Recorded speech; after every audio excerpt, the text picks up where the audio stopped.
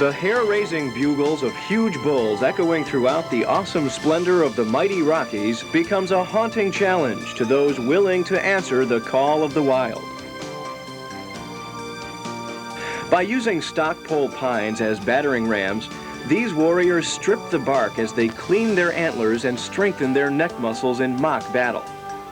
With huge swollen necks brought on by the mating urge, these giants continue to show signs of strength in an attempt to establish dominance within the herd. The ripping and tearing at the ground with their massive horns while urinating simultaneously on their neck and stomach fur show signs of brute strength and typical bull behavior during the rut. They can be found wallowing or rolling around after urinating in a shallow wallow, oftentimes coating their flanks with a strong pungent odor of urine. It becomes their calling card. This strong smell when entering an area inhabited by elk is unmistakable and can be recognized from long distances. This type of activity represents the behavior of a more dominant or herd bull of that area. Another unusual behavioral trait occurring during and brought on by the mating season, again showing a dominant spirit, is the ritual of lip curling. Huge dominant bulls will curl their lips back, waving their heads from side to side in an attempt to lure receptive cows to their intentions.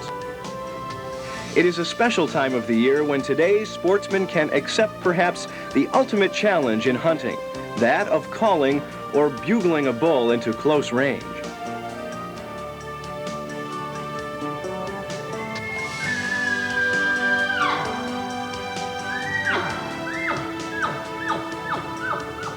The art of calling and hunting elk comes almost as second nature to world game calling champion and hunter Dick Kirby. His experience both afield and in competition have earned him national recognition as an expert in his field. Let's join Dick on a scouting trip as he takes time to share some of his skills and expertise in both hunting and calling the elusive elk.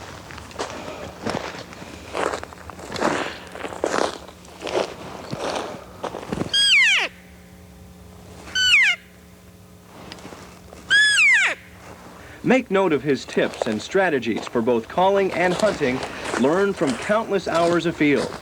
This information is simply invaluable and will prove helpful to you in your learning process.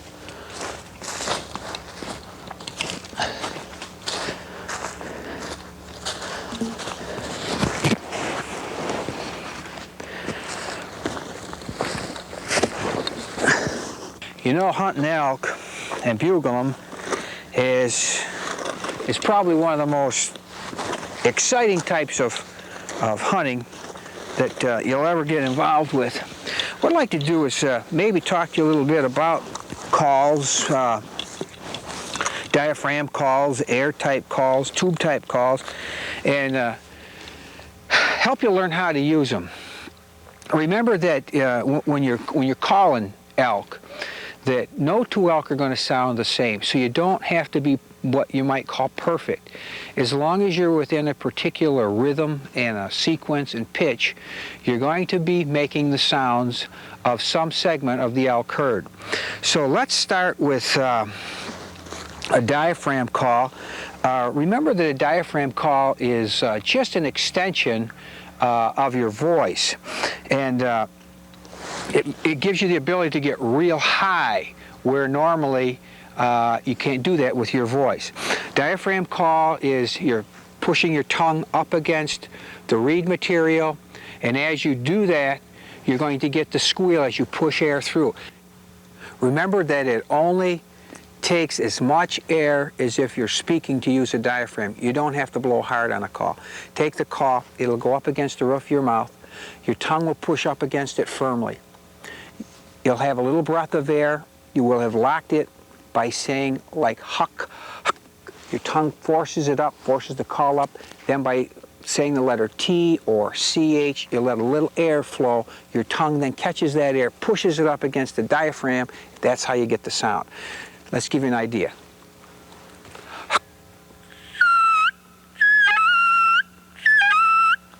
Now, on a multiple reed call, for instance, if you take a close look at this call, you'll see that there are 3 reeds on it. And each time you go from a different layer, you're going to get a different sound. So on a multiple reed call, you'll have the ability to go da da da da, or on a single reed, it'll just go ah. It won't have that break in it. Let's see if we can give you a demonstration of that.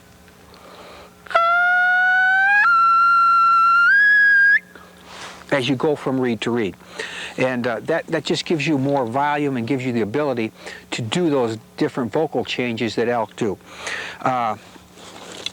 Let's give you an idea of what a young bull will do. Now, when we think of a young bull, what we call a spike bull, we'll normally use a single reed call. So let's take a single reed call out and give you what a young bull will sound like.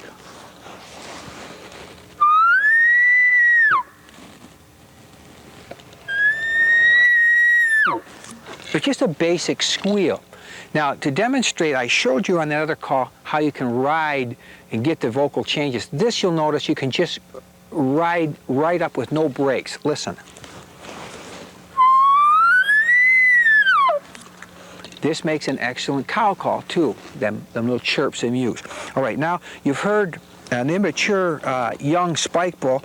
Let's get involved in what the bulls do as they get older. Okay, let's get into what a more mature and older bull will sound like. And he will do what we call a growl, into a bugle, into a grunt, and into a series of grunts. In order to do the growl, you're going to use your voice and the call at the same time. So you're going to be humming through the call. That'll get your growl. Then you're going to drop your voice quality and go just to the call and ride the reed. In other words, just air pressure on the reed.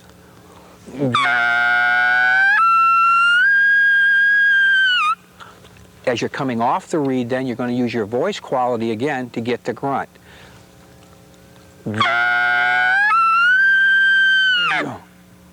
So if you're doing it and you don't have the call in your mouth, it's kind of like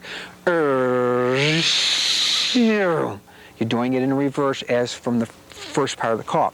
Let's give it to you on a grunt tube, and this is going to add that mellow tone. This is about the size of an esophagus of a bull, and it gives that mellow tone like it's coming from a big 50-gallon drum, if you will.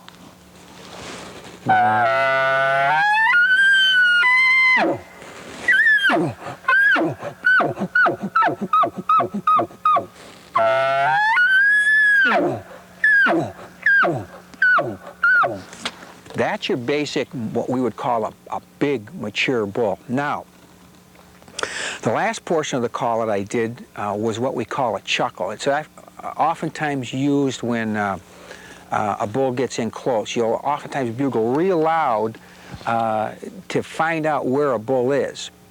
And then you'll use the chuckle once he gets in close. It's a close-in communication type call between bulls. And that's done by, again, using the grunt, but after each grunt, you have to suck air back in, much as a bull does. So it's and be careful now. When you got that diaphragm in your call, you don't want to go and choke on it. So it'll sound like this.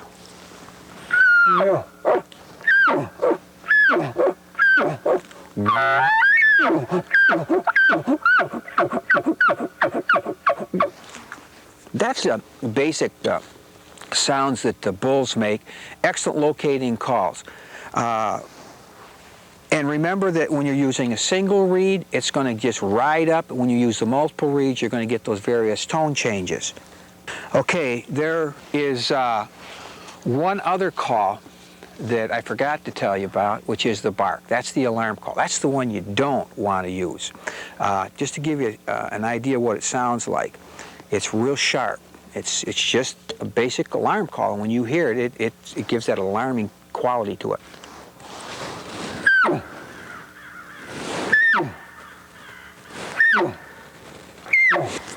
Usually when that call is given, it's within the herd, they know there's something wrong and they're getting ready to boogie. As I mentioned before, there are a variety of types of calls that you can use, and this is a tube call. And you're going to be using, is an external call. You'll be using your lip. And you'll put it up so that your bottom lip will roll right into this latex portion here. and by pushing air through there, you're going to be able to bugle with it. And it'll sound like this. Now, if we can put that on the end of the tube, you're going to get the same type of a sound. This is a good call for people who feel that a diaphragm call it chokes them or they can't use it the way they'd like to.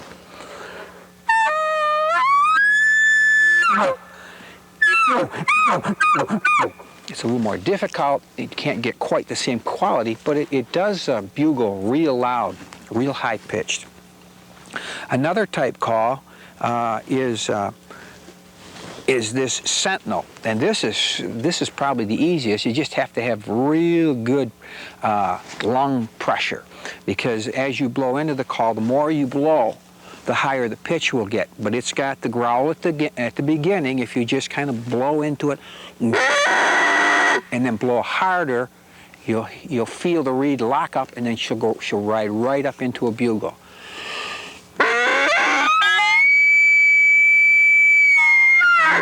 And it's not a difficult call to use. Again, it's just air pressure, blowing air into it to get the reed to rattle. Push harder, it'll lock up and bugle up. And it's pretty good reproduction. Excellent call for long distances.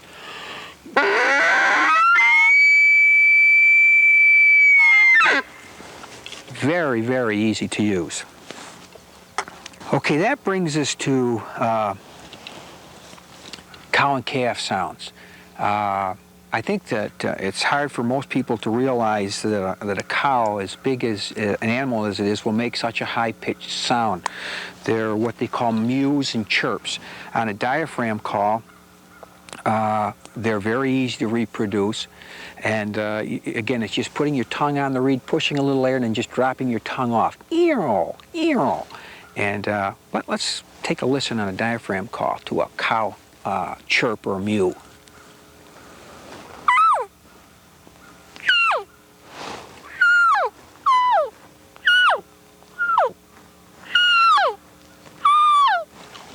Now, whenever you're making a cow sound, it's going to be a little bit deeper in tone. It's going to be a little longer than a calf. So a calf is going to be higher pitched, and it's going to be shorter. And it's going to be real soft usually. A cow is usually pretty soft sound. Let's give you what that sounds like on a different type of a call. And this is what we call our elk talker, and it's got a cow side with a permanent reed in it and a calf side with a permanent reed. And by just blowing in and pinching shut the ends, you're going to get a reproduction of either the cow or the calf. Now this is the cow side. It should be a little bit deeper than the calf.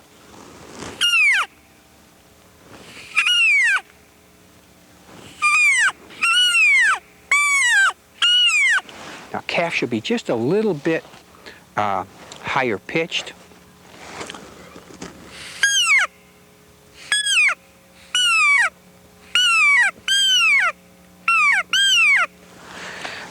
I think that one of the best reproductions that can be made for cow and calf is made with our new herdmaster. It is just, the sounds to me are so realistic, and you're just biting down and shutting the end down, and as you do that, you're blowing air through it, opening it up, and as the air goes down through, you get the most perfect cow and calf chirps.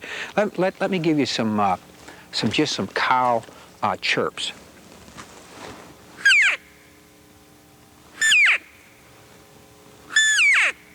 A mew is usually longer, a little bit softer. Now a calf is higher pitched and usually shorter.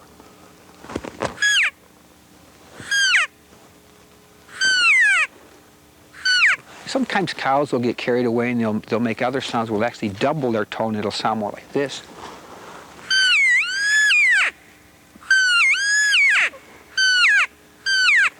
But these are excellent sounds once you've located a bull. Remember that during that fall rut, it's the time that, the only time that elk bulls are going to have the opportunity to mate. So they're very aggressive. They're going to herd their cows together. They're going to be very possessive. They're going to be belligerent at any other bull coming in. So as you're moving in, you're going to try to reproduce the sound of another bull, or you may reproduce the sound of cows, which he may think, cheapers. There's a couple more out there that I don't have, and he's liable to come out and check and try to bring them in, and that's going to be your opportunity. Excellent calls for archery. Oftentimes in doing seminars, people will ask, what are the most mistakes made by people trying to call elk in? And I will say that usually people are too impatient. They'll call too often. They won't give the bulls or the cows a chance to come back with their calls. And they're just non-stop calling. They just think that as they call, they're going to be able to pull this animal right in. It has to be on a natural basis. If you're in the wild and you hear bulls bugle, they don't bugle constantly most of the time. Once in a while you'll hear that. So be patient. Make your calls and be patient. Sometimes the animals won't call back to you. They'll just suddenly be there. Okay, in review, let's just listen. Single reeded call for a young bull. Just a nice, easy squeal.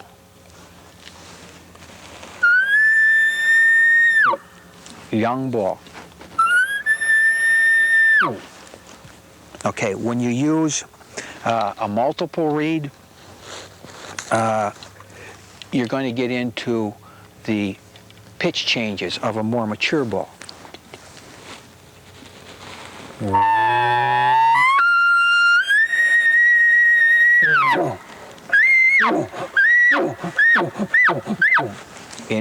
That's a full bugle. Remember when you learn this, learn to do just the growl, then learn just the bugle, and then learn just the grunt, and then gradually put them together. Don't try to learn it all at once. Learn one part, the growl, the bugle, and then the grunt, and then the chuckle.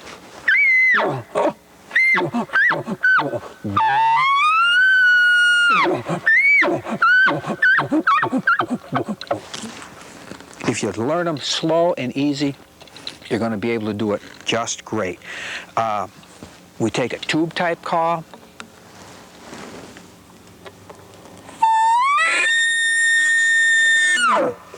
And then we can use just a sentinel.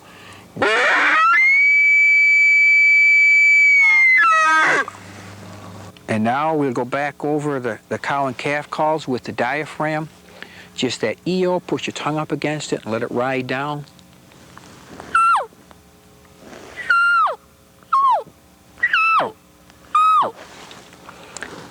We can go to the cow and calf talker, which has got the cow side.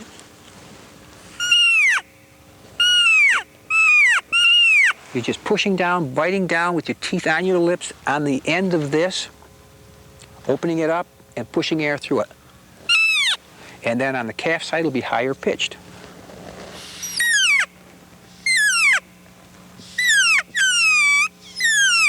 Very easy to use. And this is my favorite call, the herdmaster. You're just biting down with your teeth on the end of it, pushing air through and letting it open, and you get that super quality cow call. More air will make it louder, and squeeze it a little bit tighter and cut it shorter, and you get the calf.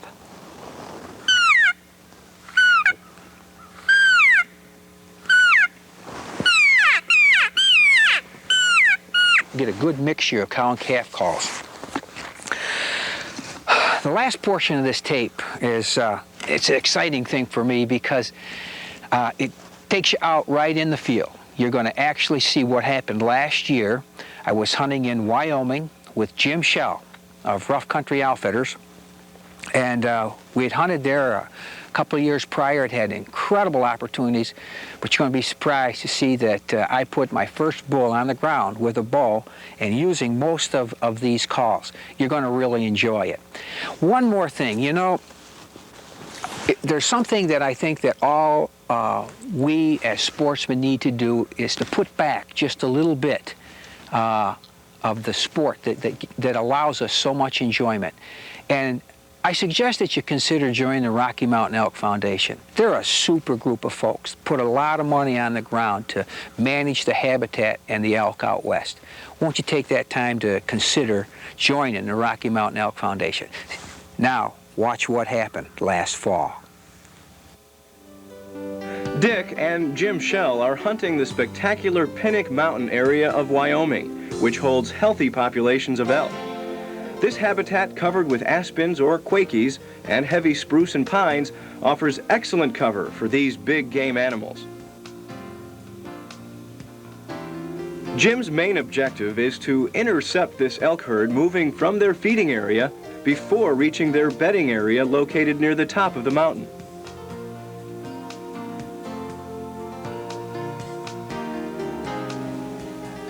By offering a challenging bugle, the two hope to locate the herd.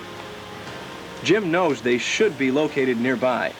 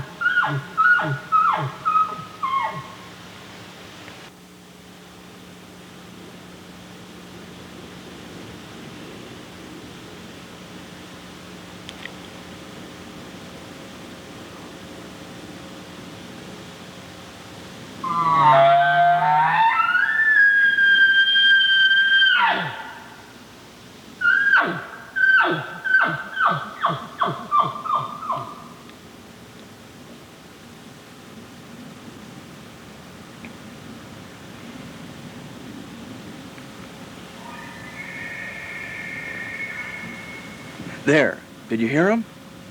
He's a long way off.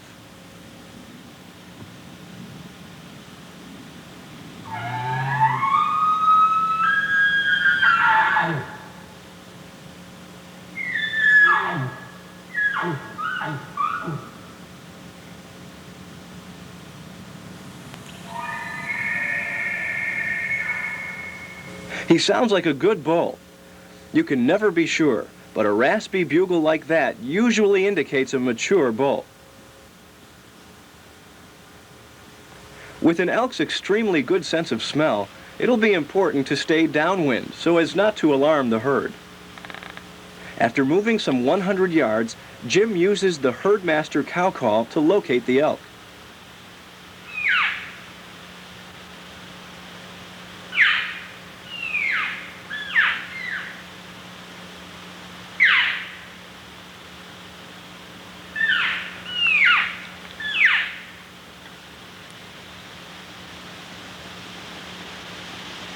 They continue along, keeping the wind in their face. The herd should be just ahead, maybe 200 yards away.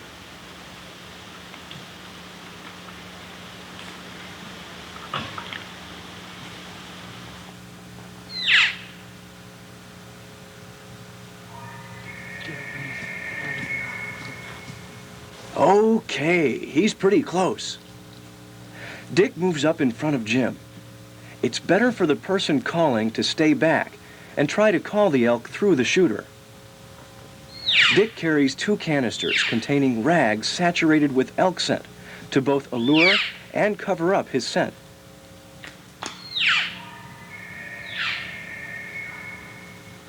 He places them in almost a half circle around him.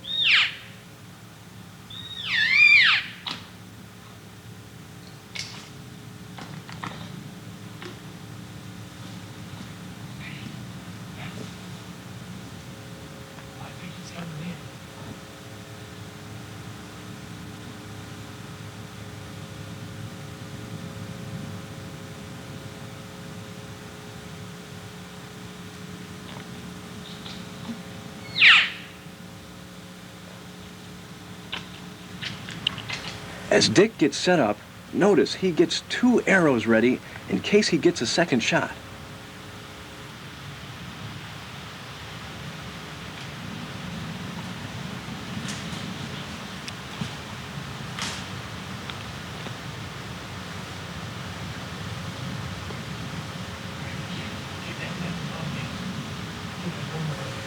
He cleans out an overhead branch that may interfere with his shot. He finishes his camo by pulling up his face mask, while Jim continues to cow call.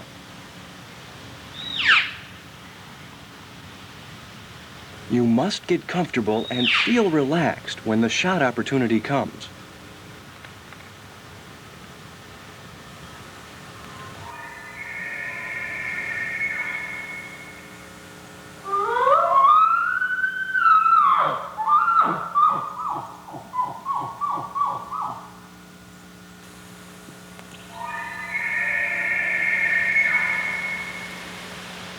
That bull is close. He's coming in. Their camo is great. You can hardly see them.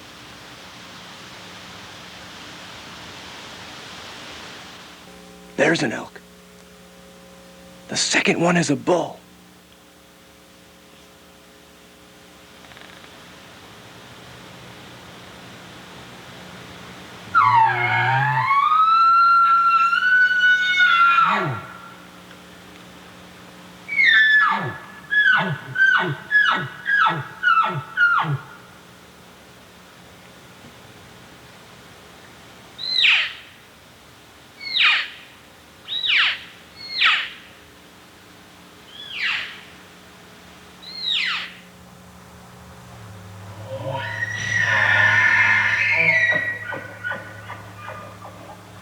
Wow, what a bull!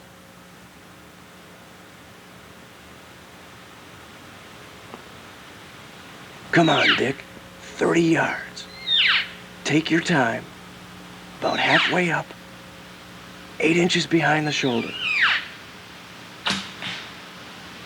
All right, Dick. Sounded good. He's hit.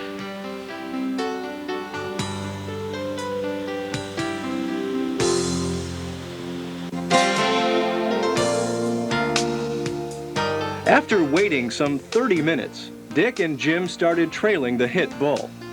Never push an animal immediately after a hit. Give it plenty of time to lay down.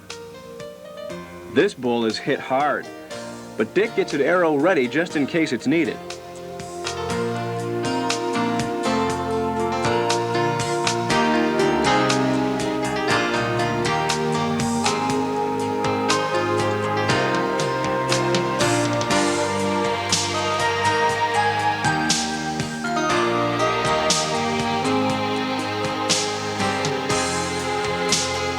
There he is.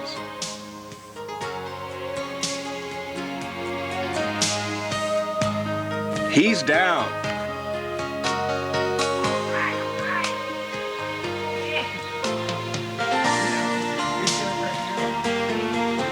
What a bull.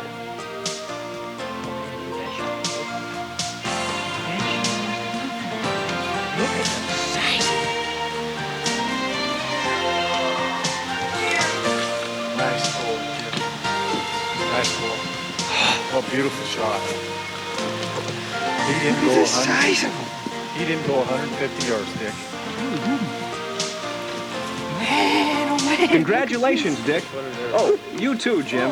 You make a great team. Wow. Look at this. 1, 2, 3, 4, 5. 5 by 6. I'll take them.